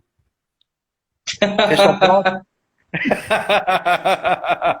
A gente vai quebrar aqui uma vaca sagrada do tamanho de um trem. Eu não sei se vocês estão prontos para essa vaca sagrada ser quebrada. Bom, em primeiro lugar, para a gente entender a parábola das 10 virgens, a gente não pode entender sob a ótica de alguém que vive o casamento nessa época em que a gente vive. Porque a parábola das 10 virgens, ela está dentro de um contexto de casamento, de bodas. E aí as pessoas não sabem disso. E ali muita gente diz que as 10 virgens, não é? São as 5 que entraram para as bodas, são os representantes da igreja. Os que ficaram do lado de fora são os crentes que não vigiaram. Né? Os 5 que entraram foram os crentes fervorosos, os outros 5 foram os crentes frios na fé. Essa é a interpretação que se dá. Agora, deixa eu falar para os irmãos aqui uma verdade. Posso abrir o coração? Posso abrir o coração? Deixa eu falar para vocês aqui uma verdade. É muito importante a gente aprender a interpretar a Bíblia olhando o contexto com que as coisas foram escritas. O contexto é muito importante. Porque se eu disser para você que um homem entrou numa sala e ele pegou uma mulher grávida, abriu a barriga dela e ali com um objeto cortante e saiu muito sangue, se eu contar isso, todo mundo vai ficar com raiva desse homem querendo matar ele, porque o cara abriu a barriga da mulher grávida com um objeto cortante e saiu muito sangue, todo mundo vai querer matar esse homem. Mas se eu disser que foi uma maternidade e foi um médico que fez isso, você vai ficar mais feliz, né? Se eu disser isso, que foi numa maternidade, você vai ficar mais light, porque você vai ver que foi uma ação para salvar uma vida, para fazer um parto. Então o contexto, ele é tudo, tá certo? Então, a parábola das 10 virgens, ela foi dita dentro de um contexto de casamento. E como era o casamento em Israel? Vamos lá? Vamos lá? Como era o casamento em Israel, na época de Cristo? Vamos lá. O casamento era assim, ó. A noiva mais o noivo, eles já estavam ali de compromisso com o outro. E aí é feito, normalmente, uma cerimônia, um jantar, normalmente na casa da noiva. Era feito assim. Então o noivo ia com o pai do noivo para a casa da noiva e ali era feito uma cerimônia simples. Se chamavam alguns convidados para participar dessa cerimônia, e ali era pago o dote pelo noivo, o noivo pagava o dote, e depois que ele pagava o dote, eram feitos votos entre eles faziam esse voto, e depois que o voto foi feito, ela já era dele, o dote foi pago, ela já era dele, a noiva ficava, e o pai do noivo normalmente dizia, vamos preparar lugar. Lugar para quê? Para acontecer a relação do casal, não é? As vias de fato. Então, a noiva ficava, ela já era dele, já tinha pago o dote, já tinha feito os votos, ela já pertencia a ele, a noiva ficava e o noivo ia-se embora com o pai preparar o lugar para acontecer as núpcias, as vias de fato, a noite do casal. Estão entendendo bem? Pronto, era feito dessa forma. E aí, como ela já era dele, ele podia vir buscar ela sem aviso, a qualquer hora, a qualquer momento. Ela já não era dele? Pronto, aí depois de um certo tempo, ele vinha, depois que o lugar estava preparado e pronto, ele vinha buscar a noiva dele. Ele já tinha pago o dote, já tinha feito o voto, e podia buscar até em secreto, sem ninguém ver. Então ele vinha, buscava a noiva, levava para o lugar onde ia acontecer as núpcias, a noite do casal. Eles tinham a relação, tá certo? Normalmente, esse período durava 7 dias que ela ficava com ele, e depois de 7 dias com ele, agora ela já era esposa, ela vinha com ele já casada, beleza? Ela vinha com ele já casada, e quando ela vinha com ele já casada, então, as amigas da noiva que cresceram com ela, vinha fazendo uma cerimônia, uma tradição, elas vinham dançando com lâmpadas. As amigas da noiva, beleza? Elas vinham dançando com lâmpadas para recepcionar a noiva com o noivo, que está vindo com ela já casados, beleza? Então, as virgens, no caso aí da parábola, ela não representa a igreja.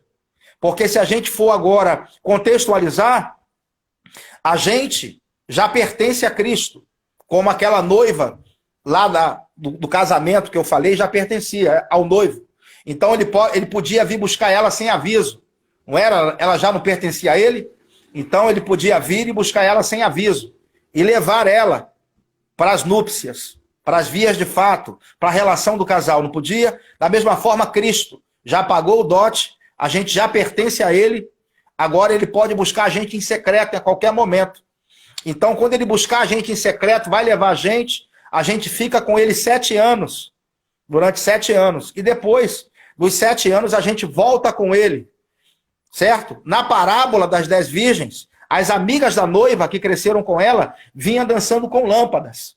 Elas vinham dançando com lâmpadas, quando o casal voltava já casado, já houve a relação do casal, já vinha já casado agora com ela, as amigas da noiva, que são as virgens da parábola, vinham dançando com lâmpadas, para celebrar a união do casal. Era feito dessa forma. Nesse caso, as amigas da noiva, no caso, são os convertidos da tribulação. As pessoas que se converterem durante a tribulação, esses são os convidados para a festa de casamento, o que a Bíblia chama de ceia das bodas. Então, os convidados para a festa de casamento são os convertidos da tribulação, tanto judeus quanto gentios. Se você for comigo em Apocalipse 19, ali no versículo 8, diz que a noiva se preparou, na verdade a esposa já não é mais noiva, ela se preparou para a ceia das bodas. E lá diz, bem-aventurado aqueles que são chamados para a ceia das bodas ou para a festa de casamento. Certo? Então a gente, quando voltar com Cristo já casado, depois dos 7 anos de tribulação, quem sobreviveu à tribulação, que são as virgens da parábola. Os irmãos entendem? São as amigas da noiva, certo? Que vai entrar para a ceia ou para a festa de casamento, para a ceia das bodas. Os irmãos entenderam aí a analogia? Amém. Entenderam a analogia? Então as amigas da noiva, no caso, são as virgens. Até porque Jesus não vem buscar 10 virgens, ele vem buscar uma única virgem. Ó, já não encaixa. Percebe, irmãos? Ele vem buscar uma única virgem, ele vem buscar 10. Então as virgens da parábola são os convertidos da tribulação, que entra para a ceia das bodas após a tribulação, quando a igreja volta com Jesus já casada, que ficou 7 anos com ele. Leia Apocalipse 19 e veja isso acontecendo. Amém? A gente já está mais de 1 hora de live, né? 1h30. A gente vai fazer mais uma pergunta. Ao pessoal que tiver dúvidas, manda em direct para a gente aqui. Eu vou passar para o pastor. Do jeito que você mandar a pergunta para a gente. E ele vai estar respondendo. Hoje, depois a gente pode ver com o pastor, a gente fazer uma outra live, fazendo outras, em outra parte da escatologia. Sim. Né? Pode marcar até para falar mais sobre o anticristo e sobre outras questões.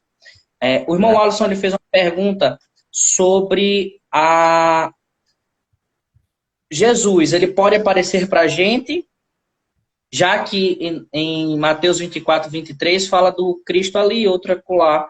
Ele fazendo uma comparação com esse texto, ele quer saber se Jesus ele pode hoje aparecer para algum irmão, seja ele crente, seja para que haja conversão, ele pode aparecer para a pessoa materializada. Olha, Jesus, ele é o Senhor, né, cara? Ele pode qualquer coisa. Não é? Ele é o Senhor. E ao longo da história, a gente vê Jesus aparecendo para várias pessoas, inclusive na Bíblia. Ele apareceu para Paulo, lá no caminho de Damasco, depois apareceu outras vezes para palestrar com Paulo, passando doutrina. Que coisa maravilhosa, receber a doutrina do próprio Jesus, ó. Que coisa fantástica. O próprio João, em Apocalipse, né? Jesus apareceu para João no livro do Apocalipse, apareceu para Estevão em pé quando ele foi apedrejado. Então, logo na Bíblia, no Novo Testamento, a gente vê várias aparições de Cristo. Ao longo da história, a gente vê relatos de pessoas também que viram Jesus, como, por exemplo, os discípulos após a sua ressurreição. A gente vê muitos relatos, e na história em si também. Por exemplo, o irmão Reagan. Jesus apareceu para o irmão Reagan várias vezes, para conversar com ele durante 1 hora, durante 2 horas. Apareceu para T.L. Osborne. Eu sou doido para ver Jesus também. Eu sou doido para ver Jesus também, para ter essa grande oportunidade, né, de ver o Cristo e conversar com ele. Deve ser muito maravilhoso. Não é? Claro que essa experiência é uma experiência que vai marcar a vida de quem passar por um processo desse. Vai ser muito bom, não é? Então, assim, Jesus pode aparecer para qualquer um, meu irmão, com certeza. E lembrar que esse texto aqui ele está falando sobre o Cristo, né? Não a pessoa exata de Jesus. O Cristo aqui que ele está falando fazendo uma analogia de que pessoas vão se dizer o Cristo, né? Que é o ungido, né? As pessoas podem dizer que são qualquer coisa, agora provar que é Jesus, aí fica o negócio mais difícil, né? Nessa época aí, muitos virão e dirão que é o Cristo. Agora, quero ver provar que é Jesus mesmo. E graças a Deus a gente não vai estar passando por esse processo, né, varão? A gente vai estar sendo arrebatado antes. Beleza? Graças a Deus. Bênção demais. Acabaram-se as perguntas? Amém, gente. Tem mais uma pergunta, a gente vai fazer essa pergunta, até porque possa ser que a explicação seja grande. Bárbara, por favor. Bárbara? Para a gente encerrar, vou fazer mais uma pergunta. Mateus 24, do 38 ao 42, está se tratando do arrebatamento da igreja? Boa pergunta. Essa pergunta aí é muito boa, muito pertinente. Um abraço aí para João Neto, meu irmão. João Neto aí, meu irmão aí de Pernambuco, grande homem de Deus. Um abração, cara. Amo sua vida. Um abraço inchando em todo mundo aí. Amados, é o seguinte, Mateus... Antes de responder, só avisar que a irmã é Tatiane... Tatiane Nascimento fez a pergunta. Tatiana. Pronto, é importante entender aí, todo mundo olha e pensa que essa questão aí se diz respeito ao arrebatamento. Durante muito tempo também eu pensei que era. Eu discordei de muitos teólogos sobre esse ponto aí. Eu achava que se tratava do arrebatamento, mas depois, com estudando e vendo, certamente que aí Jesus, em Mateus 24, não existe nenhuma linha para a igreja. Nada aí é para a igreja. Mateus 24 se refere a um discurso inteiramente para os judeus.